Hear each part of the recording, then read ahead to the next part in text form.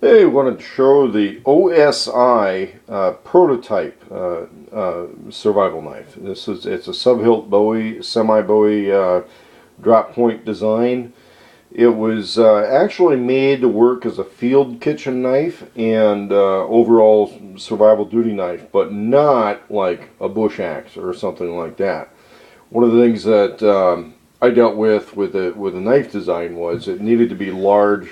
One, if it needed to be used as a backup weapon, it could be. Two, if somebody's processing large game or let's say a large slab of meat or something for a group of people, you need a knife that can reach. It can actually be used as a butchering knife. We also put in some nice little features because it was a prototype. Fancy wood handle with a riveted thing, the brass sub-hilt design. The blade design, a lot of people talk about this on different survival knives. They think a fat blade means higher quality because if it's heavier, it's higher quality. And that's not the case. If you use a thin blade design, this one has a full tang, obviously. If you use a thin blade design, then what happens is you just have to be a little more careful about the heat treating and, don't use it as an axe. So for something like this, it just cuts, meat really easily.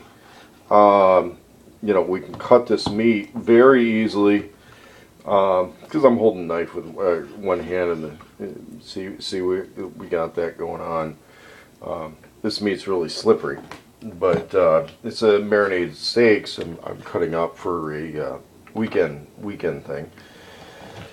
And you can see how the knife can really part that really easily. And of course I don't use it very much. I just kind of bring it out for special occasions. But it was made by a custom knife maker. You can kind of see his scribe there in the handle. It's Lowell Lockett. It was designed by the same guy who published SavvySurvivor.com.